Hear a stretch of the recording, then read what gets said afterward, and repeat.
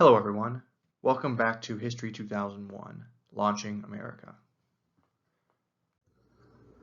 In this video, we will discuss the English people's approach to colonization. We're discussing English colonization in a separate video because the English approach to colonization has some important similarities but also some key differences to other European powers' colonial strategies. Before discussing English colonization, though, we need to get some background out of the way. How historical events in the British Isles would impact England's approach to settlement in the New World. To begin, England was an unlikely colonial power when compared to the other European nations we've discussed previously. Situated further to the north and east of other European nations, England was geographically and culturally isolated from the rest of Europe. English society had been greatly weakened by the bubonic plague as well, which hit the British Isles especially hard, decimating the population. The disease may have killed as much as 60% of England's population.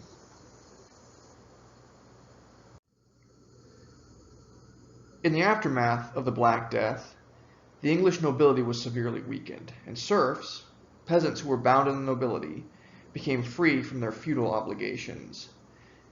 These ex-serfs migrated across the Isles, claiming land for themselves and settling in the cities. These migrations helped to inspire the works of English poet Geoffrey Chaucer, as well as the proto-reformer John Wycliffe, who produced England's first vernacular Bible in 1381. These migrations even changed how English was spoken, causing the Great Vowel Shift that would give rise to the language used by authors like William Shakespeare. Use of a standardized King's English, also called Modern English, would be critical to the establishment and maintenance of England's overseas colonial empire. Additionally, military events like the disastrous, century-long Hundred Years' War with France, fought over the succession of the French throne from 1337 to 1453, would take a toll on English society. This conflict ended the same year that Constantinople fell, 1453, by the way. While the English had some important victories in France, especially the Battle of Agincourt in 1415, where lower-class English longbowmen defeated heavily armed French knights, the war was a costly defeat for England. The Hundred Years' War strengthened French national identity and gave France heroic figures like the martyr Saint Joan of Arc. The English, however, were weakened and divided by the Hundred Years' War, as the fighting in France touched off a civil war at home called the War of the Roses. In the War of the Roses, England's royal family, the Plantagenets, were divided between the Red House of Lancaster and the White House of York, as shown by the roses below in the slide. This conflict would not completely end until Henry VII of the Tudor family took control of the English throne after the Battle of Bosworth Field in 1485, uniting the houses of Lancaster and York.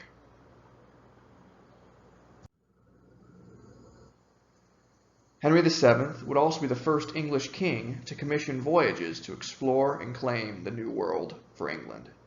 He funded Giovanni Cabot, better known as John Cabot's expedition to North America in 1497, 5 years after Columbus's first voyage to the Americas. Cabot explored northern North America around Newfoundland and the mid-Atlantic, being the first European to explore North America since the Vikings in the 1000s. Cabot took 3 voyages to the Americas, although the English crown did not financially support Cabot in the way that the Spanish supported Columbus's voyages to the New World.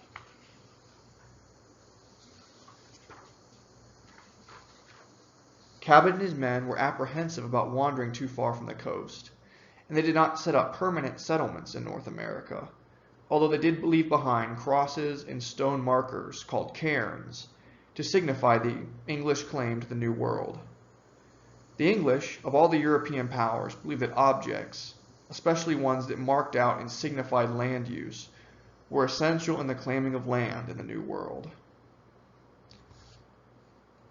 It should also be noted that the English at this time were still Catholic and were trying to respect the Pope's Treaty of Tordesillas, which divided the New World between Catholic European powers.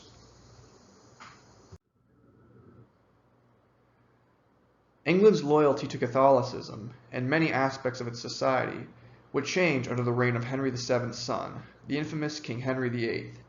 Henry VIII was initially a fervent Catholic, persecuting English Protestants and marrying the Catholic princess, Catherine of Aragon, daughter of the Spanish monarchs Ferdinand and Isabella, whom we discussed in a previous video.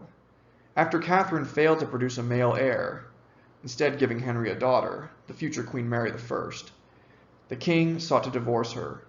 The Catholic Church did not grant divorces, only annulments, so Henry was left with a dilemma. The only way that he could have a religious body recognize his divorce, allowing him to have a male heir in the future, would be to establish his own church, one that would be subservient to the monarch. Consequently, Henry issued the Act of Supremacy in 1534, which separated England from the Catholic Church and made Henry VIII both the King of England and chief defender of the faith, or head of the new Church of England. The Church of England granted Henry's divorce of Catherine, after which he married Anne Boleyn, his second wife, mother of future Queen Elizabeth I. Anne, like Catherine, also failed to produce a legitimate male heir. Henry divorced Anne as well, and accused her of treason, adultery, and incest in order to defend the separation. These grave charges led to Anne's execution by beheading in 1536. Henry married again, this time to Jane Seymour, who gave him a son, the future King Edward VI. Jane died in 1537 from complications after Edward's birth. Henry married 3 more times, executing 1 more of his wives before he died in 1547. In retrospect, Henry was hardly a moral man, but his pragmatic decision to separate England from the Catholic Church would have a tremendous impact on the spiritual, cultural, and political development of the English nation for centuries to come.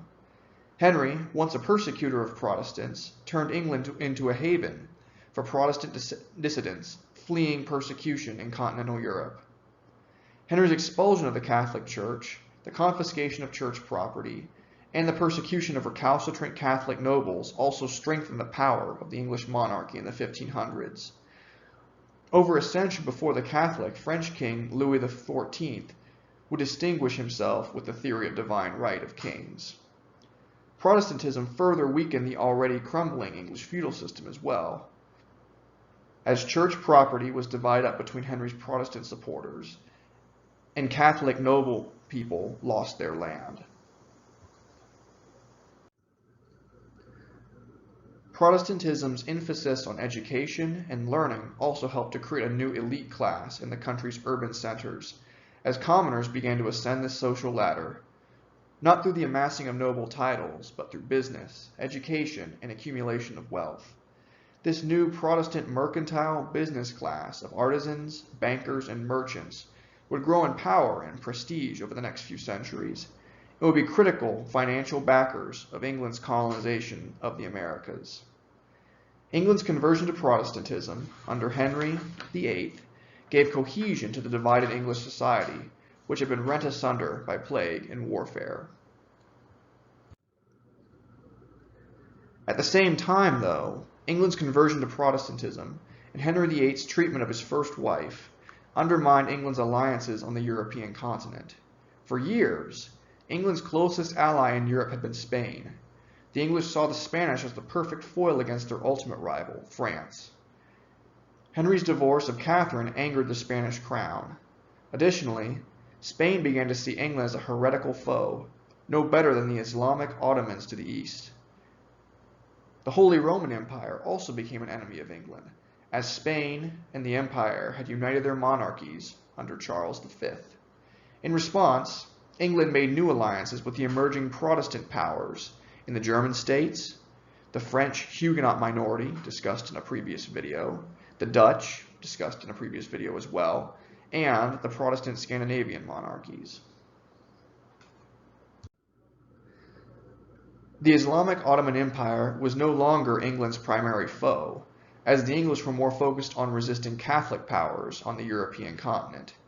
For example, during the Battle of Lepanto in 1571, the English and other Protestant nations did not contribute to a Catholic naval task force that assembled to stop an Ottoman naval invasion of the Western Mediterranean. The Catholic fleet defeated the Ottomans without Protestant assistance due to its adoption of naval technologies that had been pioneered during the exploration and conquest of the Americas. As an aside, the Battle of Lepanto would also help to inspire artists like Miguel de Cervantes, a veteran of the battle and author of Don Quixote, the first Western novel.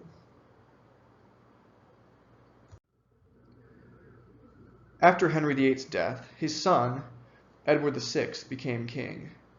Edward, a very sickly young man, died at the age of 15, ruling over only 6 years, 1547 through 1553. Though young, Edward was a dedicated Protestant and attempted to take the Church of England in a more theologically distinct direction, further separating it from the Catholic Church. He abolished rules like clerical celibacy and the Mass, and he declared that religious services must be held in English. Having no heir and wanting to keep the country loyal to the Church of England and Protestantism, Edward announced his first cousin, Lady Jane Grey, a Protestant, was to be the next monarch. Jane ruled for only 9 days before she was executed by forces loyal to Mary, Henry VIII's daughter of Catherine of Aragon.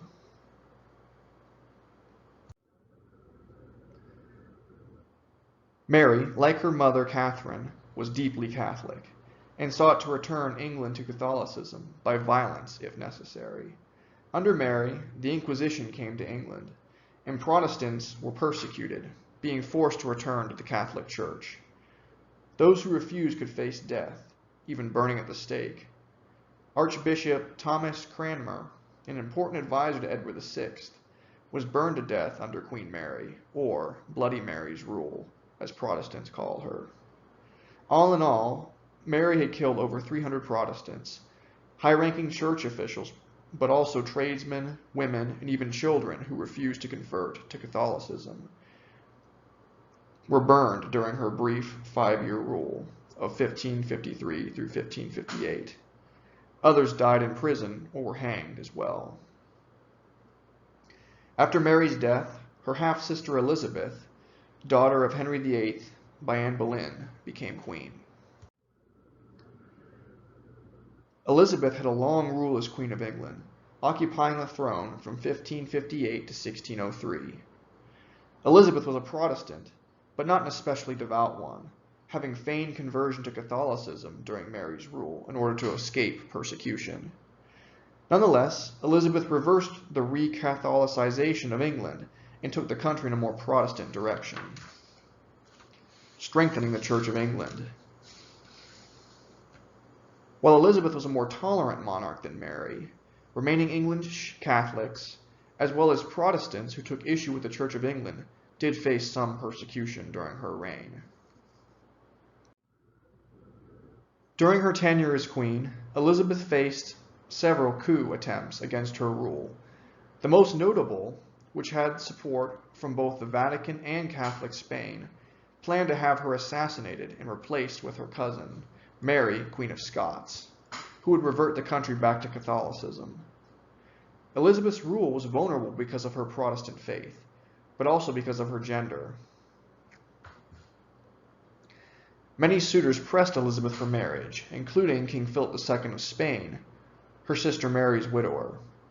Elizabeth refused this match, along with others, fearing that her potential husband would delegate her to the role of consort, taking away her power and giving rise to a foreign ruler on the English throne. Consequently, Elizabeth ruled as the quote-unquote Virgin Queen and declared that she was married to her country.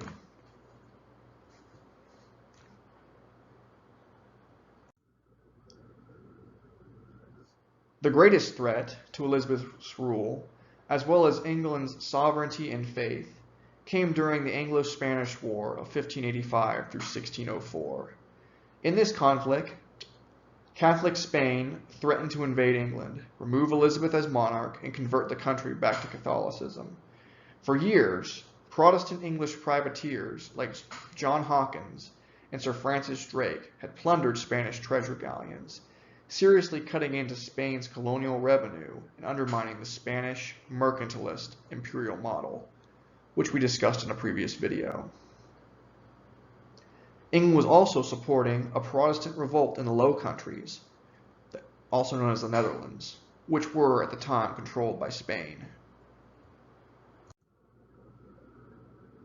In 1588, Philip II planned an invasion of England, constructing a massive armada, over 130 ships, carrying 8,000 sailors and 8,000 ground troops, to subdue England and restore Catholicism. In response, Elizabeth ordered that all able-bodied English males train with the longbow at least once a week, a precursor to the militias that would be used in England's American colonies. Being poorer than other European nations, the English would rely on longbows rather than gunpowder muskets for emergency use as late as 1598. Elizabeth and her Privy Council also organized their own fleet to counter the Spanish Armada. While the English had more ships than the Spanish, conscripting about 200 vessels, many of the English ships were smaller and lightly armed compared to the Spanish vessels. Contemporary observers expected the Spanish Armada would easily defeat the English Navy and successfully invade the British Isles. England, led by Sir Francis Drake, engaged the Spanish in the English Channel on July 21, 1588, and used the few long-range artillery pieces they had to bombard Spain's armada from a range which the Spanish could not return fire. On the 27th, the English launched fire ships to keep the main Spanish force from counterattacking. Most importantly, as was critical during the days of sail, an unfavorable wind forced the Spanish to retreat into the North Sea, leaving the English to control the channel, preventing an invasion. Having lost their supplies and the initiative, the Spanish gave up their invasion plan and sailed around Scotland and Ireland, but most of their vessels sank as a result of storms.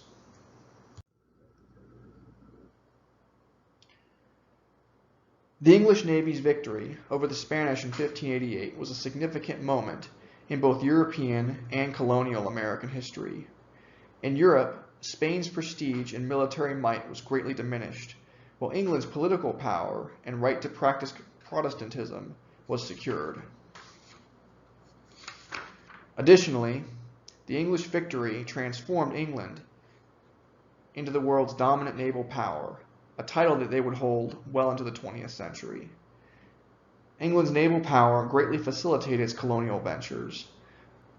On the high seas connecting the Americas and Europe, with the loss of naval supremacy, Spain's mercantilist imperial system, which depended on the shipping of gold back to Europe, would come under increased pressure from English and other European pirates and privateers, due to the loss of the Spanish Armada.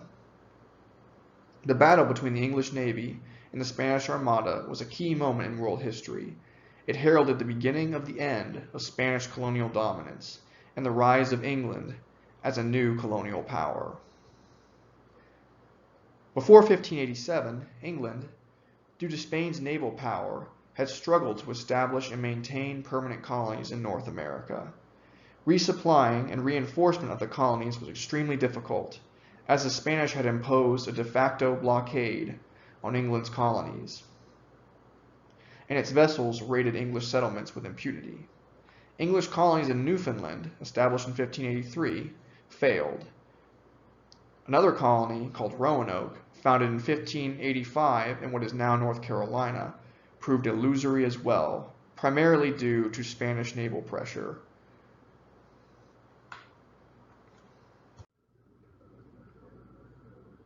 In addition to resupply challenges, Roanoke failed for other, more mysterious reasons, leading scholars to call Roanoke the Lost Colony. In 1590, an expedition led by John White to resupply Roanoke found that all of the colonists had disappeared. There was no sign of a battle or struggle, Roanoke's palisades were intact, and White's men failed to find any human remains of the colonists. The only clue White had to where the colonists had gone was the word Croatan, carved on the settlement's wall. Croatan was a nearby island that was inhabited by Native Americans. The 100-plus colonists, including Virginia Dare, the first English colonist born in North America, had disappeared without a trace. Centuries later, some scholars think the Roanoke colonists abandoned their settlement and went to live with local Native Americans, although it is unclear whether they left willingly or by force, since Native Americans of the East Coast forcibly adopted rival people into their communities, and there had been hostilities between the resident Amerindians of the North Carolina coast and Roanoke's Anglo-colonists. Later English explorers tried to investigate the settlers' disappearance, but could never establish what happened to them. The whereabouts and ultimate fate of the Roanoke colonists will probably remain a mystery for many years to come. The first permanent English colony in North America was established at Jamestown in May of 1607. The new colony was erected on the northern bank of the James River in the Chesapeake Bay region of what is now Virginia.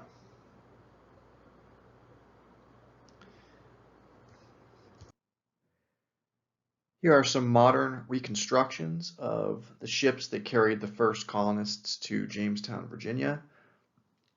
The ships are the Godspeed, the Discovery, and the large one in the foreground is the Susan Constant, which was the flagship. The Godspeed and the Discovery, for context, are slightly larger than the Nina and the Pinta used by Christopher Columbus, but the Susan Constant is significantly larger than the Santa Maria, the flagship used by Columbus.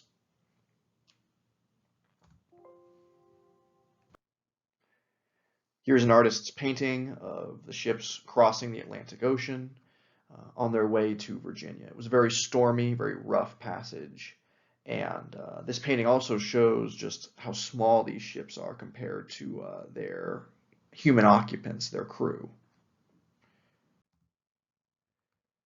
Here is a diagram showing the crew and the cargo of the Susan Constant. Even though this was the largest of the three ships, conditions would have still been very cramped, as the vessel was loaded with crew, with colonists, with livestock, and then various types of supplies and equipment, including weapons and armor. So not only was the voyage across the Atlantic to Virginia a very dangerous voyage, but a very uncomfortable and unpleasant one as well.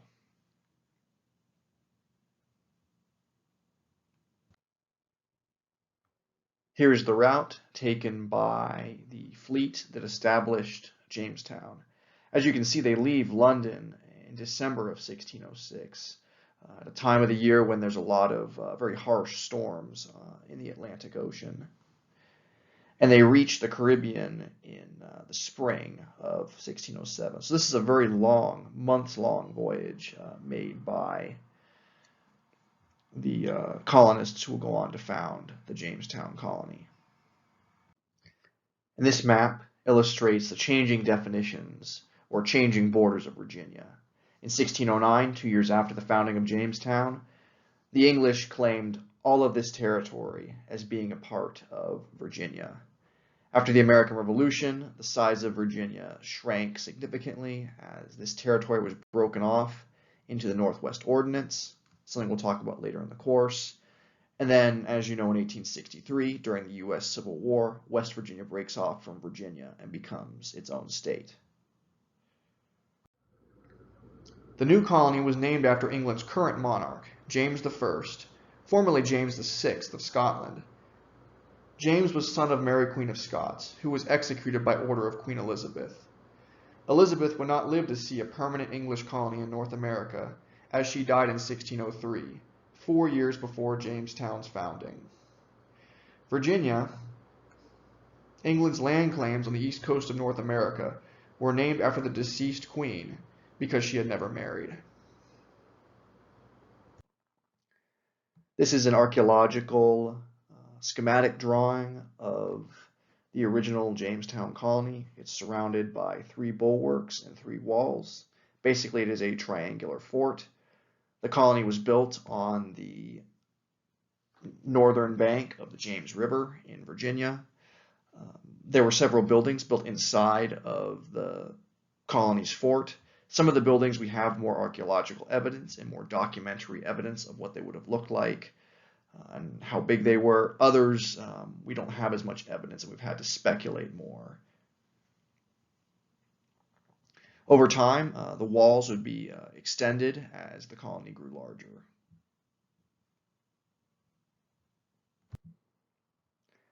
Here is another model of the Jamestown settlement shortly after it was founded in 1607. Once again, you can see the walls and towers and bulwarks and a couple of communal buildings that would have been used as government buildings and as barracks for the colonists.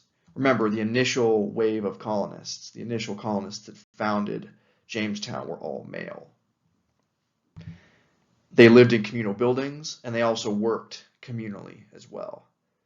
When the colonists actually did work for themselves, when they weren't trying to get Native Americans to work for them. Notice the similarity between the setup of the Jamestown settlement, fortification with buildings on the edge of a body of water. This type of fortification of settlement will also be built in Ireland as well. Remember, there's many similarities in how the English built settlements in Ireland as they took control of Ireland in the 1500s and 1600s, and how the English built their initial colonies in North America. This is the Jamestown Church, which was probably built a little bit after the initial settlement of Jamestown. It was also used as a government building. Just as the Spanish used their missions as religious buildings, but also as colonial government buildings, the same can be said about some of the English colonial buildings, like churches. These churches were also used as what were called meeting houses. Basically, they were churches, but they were also town halls.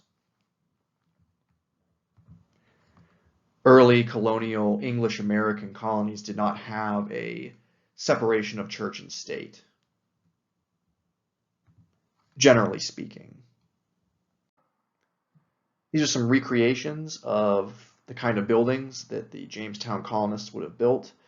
These early buildings used English wattle and daub construction, basically reeds that were woven together and then covered in mud. This is a very European, very English style of building.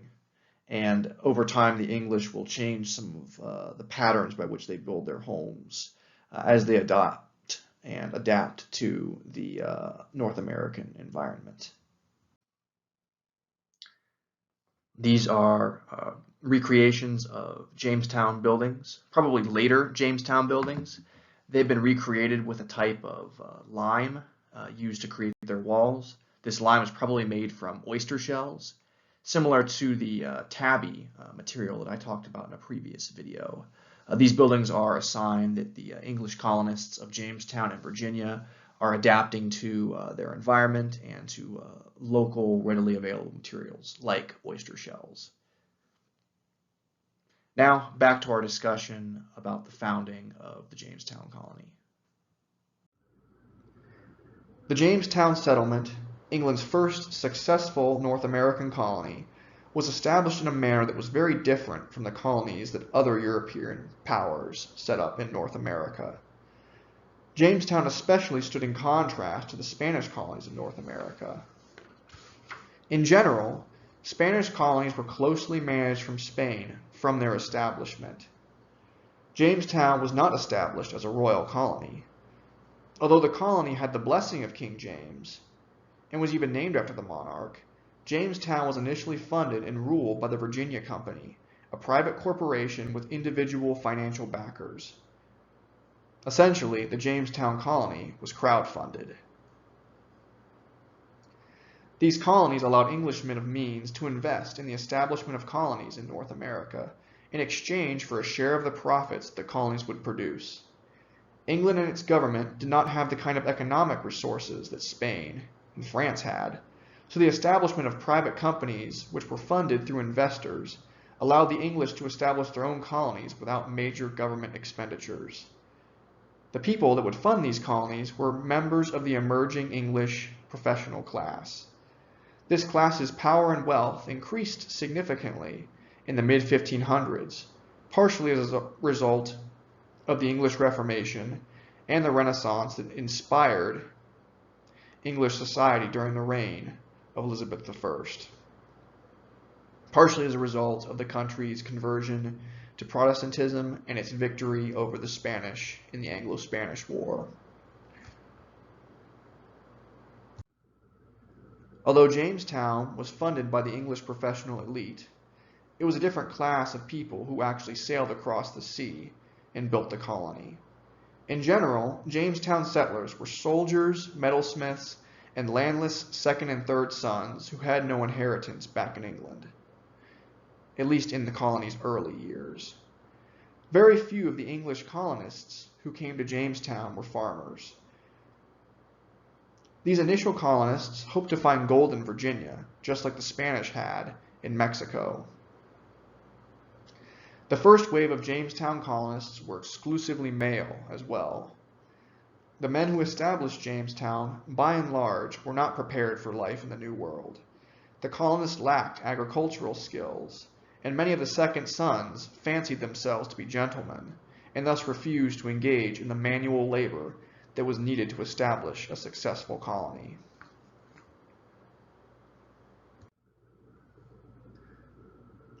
Additionally, the colonists misjudged how the indigenous inhabitants of the Chesapeake would respond to their arrival.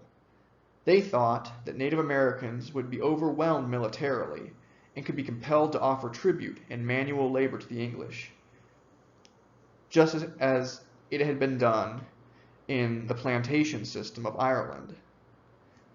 The English had been using the plantation model in Ireland for centuries, and it had been fairly effective, even as it stoked resentment amongst the Irish people, who saw the English as oppressive foreign conquerors.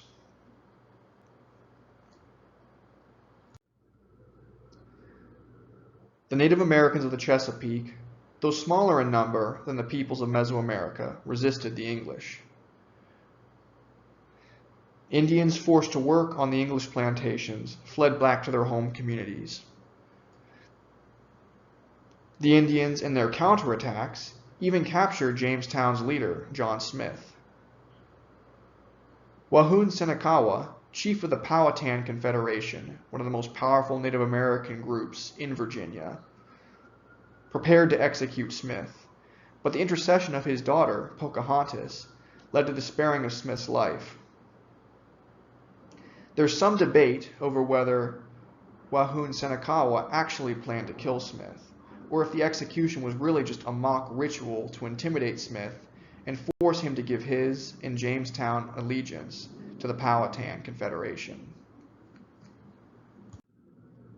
As an aside, Pocahontas was probably 11 years old when she encountered John Smith, who was in his late 20s, and there was probably no romance between the two.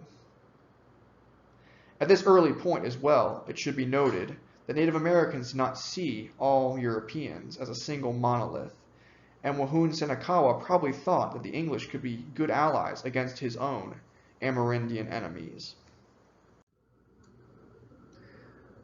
Problems would continue in Jamestown for over a decade after its 1617 founding. Jamestown was built on land that was unoccupied by Native Americans, but the land was swampy and rife with disease, as well as mosquitoes. Diseases like dysentery and typhoid fever were endemic to the region as well.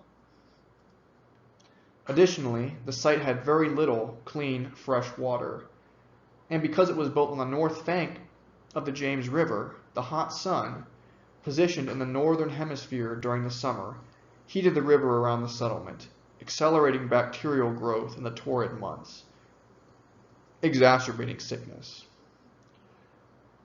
Additionally, unbeknownst to the colonists, they had arrived in Virginia during a drought period as well.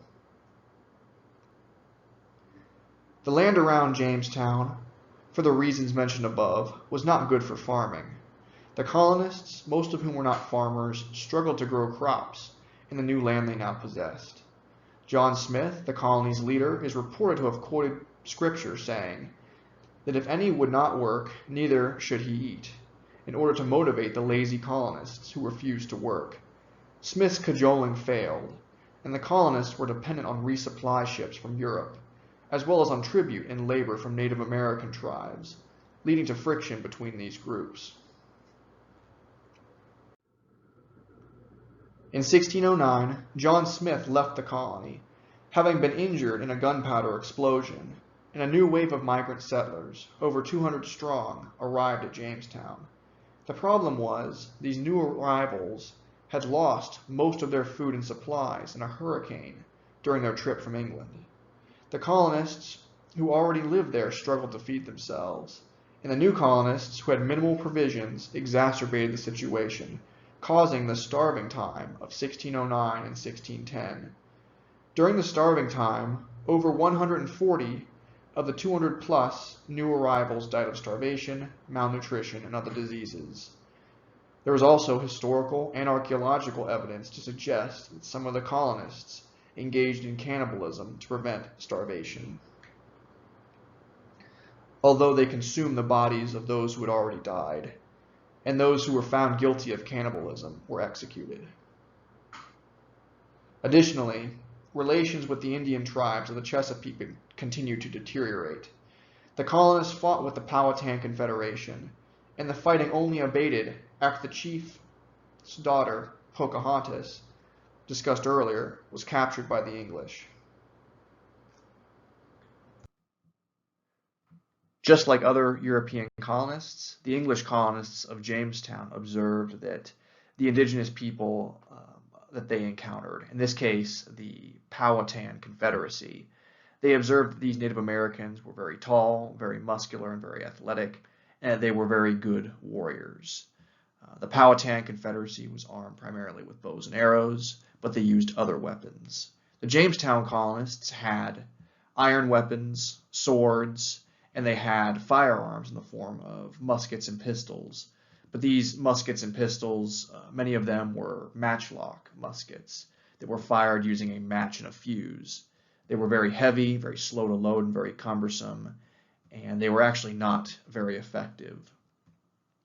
Later muskets like the flintlock are going to be much more effective and are actually going to be adopted by Native Americans as well. Firearms were often very desirable trade goods for Native Americans. The early matchlocks were not very popular with Native Americans, but the more efficient flintlocks were very sought after trade goods. Over time, though, fortunes would improve for the Jamestown colony, as more immigrant settlers with better skills arrived, and as the colonists learned how to effectively farm in Virginia. Notably, in 1613, the Virginia Company changed how land was allotted in the colony. Instead of working the land communally, as had been done since 1607, the colonists now had their own plots to work, with the surviving first colonists being given larger estates to work, and new arrivals being awarded smaller plots. These new individual farms and estates were carved out of Powhatan lands, as the tribe's numbers declined due to disease and warfare, both against Jamestown and other tribes in the area. Additionally, the rains increased, meaning the colonists had more fresh water with which to grow crops.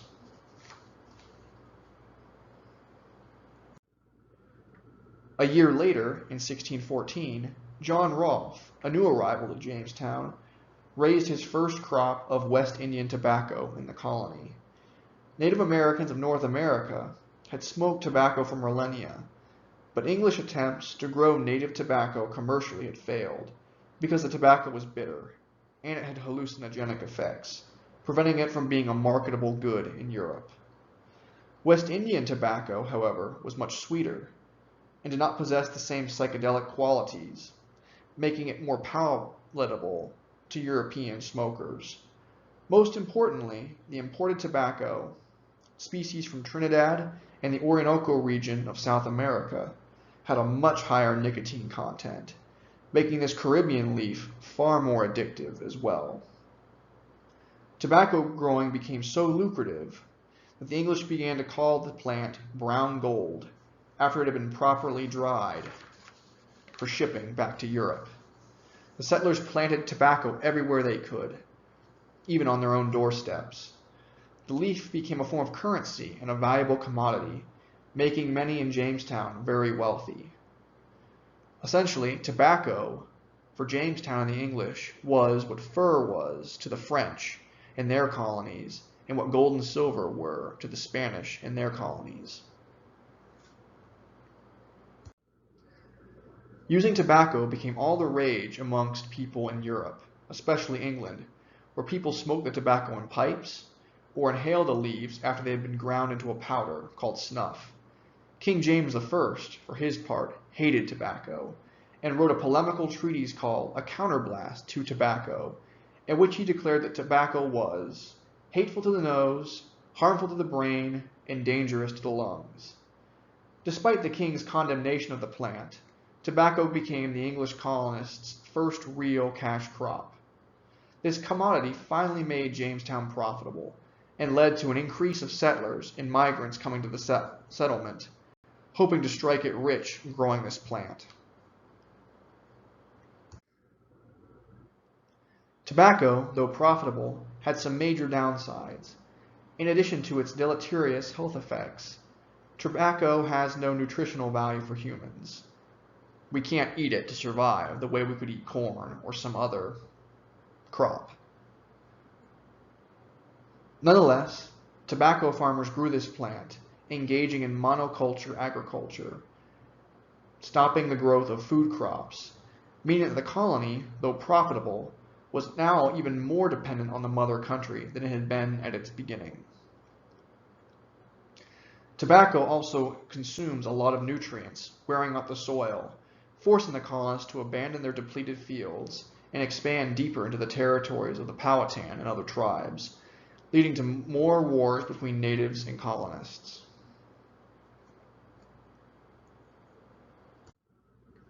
Another important deleterious effect that tobacco had on Jamestown was a change the plant made to the colony's labor structure. Tobacco growing, while it does not require many specialized tools, is nonetheless hard work and very labor-intensive. The work-averse gentlemen and artisans who founded the colony did not want to do this work, but poor, desperate men and women in England were willing to labor in the fields. These people were so poor that they had no choice but to sign contracts of indentured servitude in order to cover their sea passage to Virginia.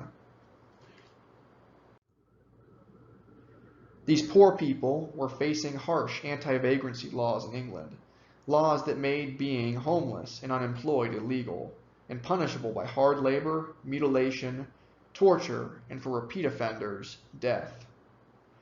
Many of these indentured servants had already committed crimes and were offered indentures as a way to escape the hangman's noose, or being broken on the wheel, as seen in this slide. Many young women who had been convicted of prostitution signed indentures, although some were able to reach Virginia if they agreed to become what were essentially mail-order brides for male Virginian settlers.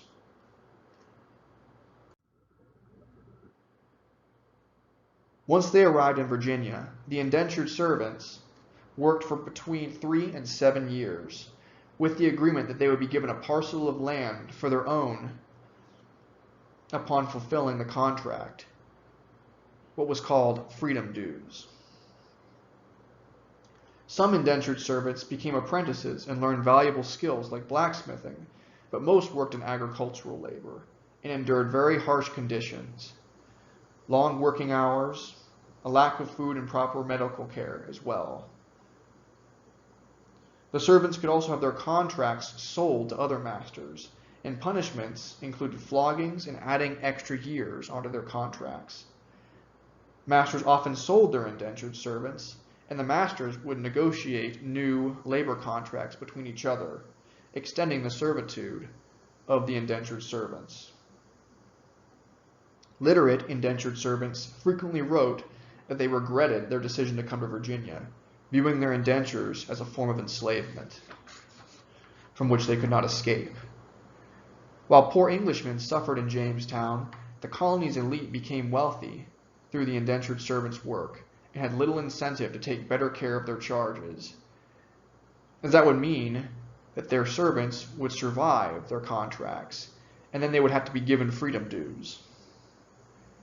The wealthy elite in England also benefited from indentured servitude, seeing the system as the perfect way to remove criminals and poor and homeless people from the British Isles. Contemporaries even remarked that the English upper class used Virginia as a sink onto which they dumped their society's underclass. Poor people from England were not the only people that were brought to labor in Jamestown's tobacco fields. In August of 1619, a Portuguese vessel flying the Dutch flag landed on Old Point Comfort, downriver from Jamestown. Unlike previous vessels, which carried colonists and migrants from Europe, this ship brought 20 people from another continent, Africa. These people had not come to the colony of their own volition or under economic duress, but literally in chains. They were slaves. These enslaved people were sold to wealthy planters in and around Jamestown. These enslaved people were probably sold in indenture contracts, temporary enslavement after which the slaves would become free people, if they survived the indenture, of course. Many of the enslaved Africans brought to Virginia after 1619 survived their contracts, became free, and even gained control of land. Some even took on slaves and indentured servants, both white and black, to work in their lands as well. Early on in Virginia, slavery was primarily not race-based, with blacks as slaves and white Europeans as masters, who would then buy and sell African people as if they were property for a lifetime investment. The race-based chattel enslavement that we think of today would not develop in Virginia and the rest of North America until the end of the 1600s. We will discuss what caused this transition in a future video. As time went on, Jamestown grew in size, became more socially and economically profitable, and politically stable. The colony would continue to have struggles with Native Americans. Two wars, first in 1622 and again in 1644, nearly destroyed the colony, as Amerindians band together to push the English out of Virginia, destroying English settlement all the way back to the fortified Jamestown fort. They would not be able to wipe out Jamestown completely, though, as the colony had become too strong and profitable. Now I want to talk about the colonial Virginia government, specifically the House of Burgesses. In 1619, the House of Burgesses was established, and the House of Burgesses would rule alongside governors who were appointed by the Virginia Company. Remember, Virginia was started by the Virginia Company, a private corporation that funded the costs associated with building the Jamestown settlement. Free adult male colonists would vote for 22 assemblymen, who were called burgesses, and they would represent the colonists in colonial politics through the House of Burgesses. After the 1624 revocation of the Virginia Company's charter, the House of Burgesses would instead rule alongside a governor appointed by the monarch of England. They also would be joined by a 12-man upper house called the Council of State that met separately from the House of Burgesses. Although the colonists were only able to vote for the House of Burgesses members, the system of colonial Virginian government was still remarkably democratic for its time, in the sense that it allowed all free adult male colonists to vote, at least for some representation in their government. Over time, though, what you'll see is that additional requirements are added about who can vote and who can't vote in Jamestown in Virginia. By 1670, property requirements are added, disenfranchising a large portion of the male colonists. And then by the early 1700s, only white male colonists are able to vote. In 1624, the English crown revoked the Virginia Company's charter, ending a private corporation's management of Jamestown, officially bringing the colony under English rule. 10 years later, because of its size, the colony was broken into 8 shires, or counties, to make royal administration easier. With the establishment of the Jamestown settlement, the English had entered the colonial game, and had gained a foothold in the New World, although life was difficult for the colonists, both free and enslaved, and their colony's expansion came at the expense of the region's indigenous people. To conclude, the English approach to colonization was defined by events that occurred in England in the late Middle Ages and the Renaissance. The English conversion to Protestantism helped to make England and Spain early rivals in the Americas, as both colonizers vied for land and resources in the New World. The bubonic plague and subsequent migrations within the British Isles caused the English people to think of land as a resource that ought to be marked out and divided between people, not communally worked, as had been done during the feudal period. English settlers in Jamestown had been far more effective as farmers when they were able to work their own tracts, rather than laboring on communally held property. Those who did not possess the land, like Native Americans, had no right to it in the English mind. This approach to land made it easier for the English to dispossess the Powhatan and other Amerindian agriculturalists, since these people did not mark and divide their lands between themselves, instead working communally. The English also drew on their experiences in Ireland in the 1500s as well, to create the plantation system in Virginia in 1607, although their attempts to coerce Indians into working for them largely failed. The plantation system bore many similarities to the Spanish encomienda system, but North America's smaller Native American population meant that the English would have to find other sources of unfree labor. When the settlers' attempts to force Indians to work the land failed, they began to import indentured servants from Europe and eventually African slaves, creating over time the race-based chattel slavery system that would dominate the American economy and society. Jamestown was the first permanent English colony in North America. We have focused on this colony in so much detail because it is the most representative of the English colonies, and it will become a baseline for how we consider the other English settlements in North America. As we go forward, I will demonstrate the similarities and differences between Jamestown, Virginia, and the other English colonies, and how these similarities and differences will have a long-term impact on the development of the American civilization.